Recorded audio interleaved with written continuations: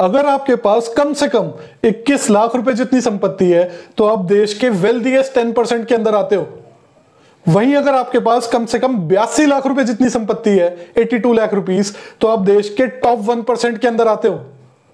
अगर हम इंडियंस को वेल्थ के अकॉर्डिंग असेंडिंग या डिसेंडिंग ऑर्डर में अरेंज कर दे तो मिडिल में जो इंडियन आएगा उसके पास करीब 4.3 लाख रुपीस वेल्थ है बस। जो बॉटम 50% है इंडिया में, आधी आबादी, उनके पास देश में जो टोटल वेल्थ है उसका कितना परसेंट हिस्सा है?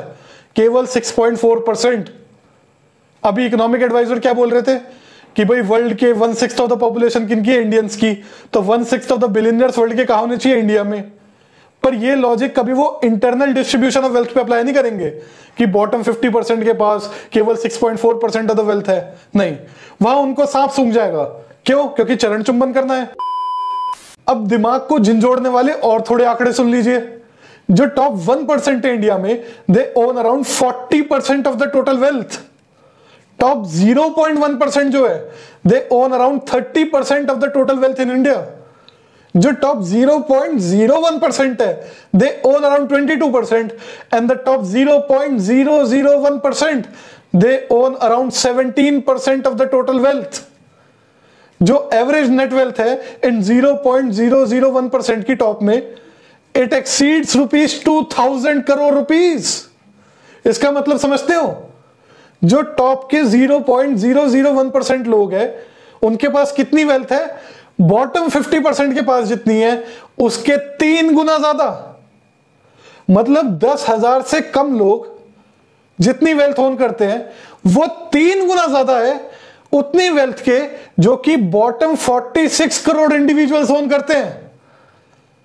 2 मिनट जरा ठहर के सोचो ये क्या बात बोली है मैंने।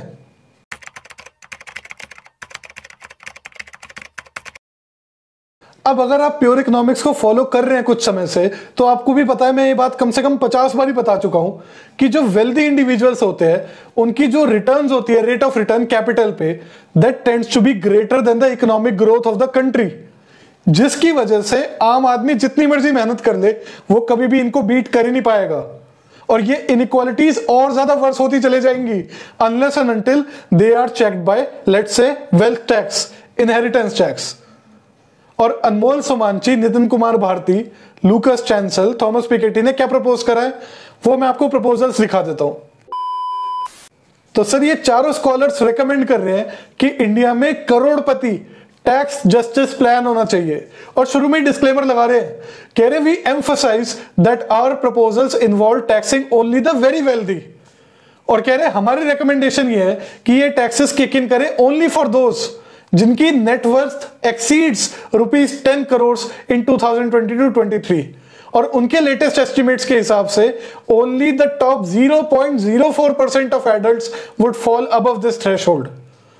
तो इसका मतलब कोई चिंटू या चमन ये ना बोले कि मेरी भैंस ले जाएगा, मंगलसूत्र खींच लेंगे। क्योंकि एक पार्टी है इंडिया में जो हवा क्रिएट कर रही है इसके अराउंड, क्योंकि वो बहुत बड़े चाटुकार है। ये जो टॉप 0.04% है इनके, तो वो जनरल पब्लिक में हल्ला क्रिएट करते हैं। तुम्हारे नाखून ले आएंगे, नाखून ले जाएंगे, भैंसे चुरा लेंगे, मंगलसूत्र चुरा लेंगे, फलान ढिमकान।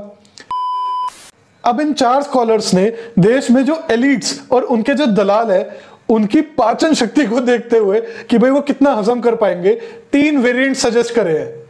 पहला तो बेसलाइन वेरिएंट जिसमें इन्होंने कहा है कि भाई जिनकी नेट वेल्थ 10 करोड़ से ऊपर है उस पर 2% टैक्स लगा लो, वेल्थ टैक्स। और जिनकी इनहेरिटेंस 10 करोड़ से ऊपर है उस पर 33% एस्टेट टैक्स लगा दो।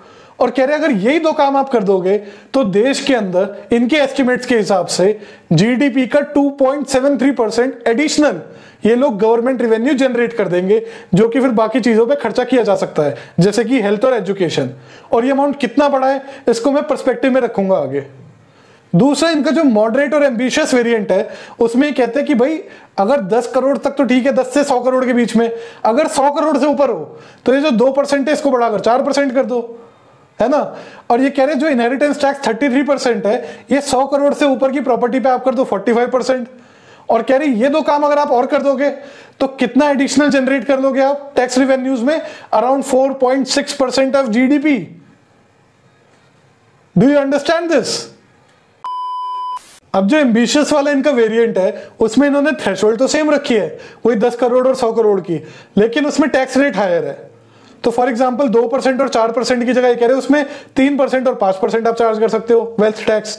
तो फॉर एग्जांपल अगर आपकी 10 करोड़ से 100 करोड़ के बीच में नेट वेल्थ है तो आप एनुअली पे करो 2% की जगह 3%, और 100 करोड़ से ऊपर है तो उस नेट वेल्थ पे आप पे करो 4% की जगह 5%।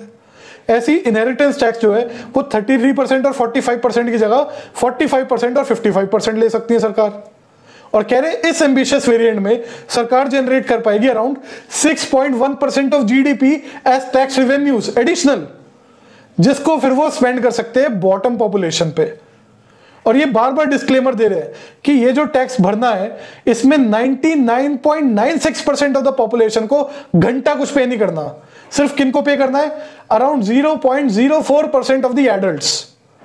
और कह रहे इनकी जो वेल्थ है वो देश की 25% ये लोग संपत्ति ओन करते हैं और देश की पूरी इकोनॉमी जो है उससे 25% ज्यादा इनकी वेल्थ है।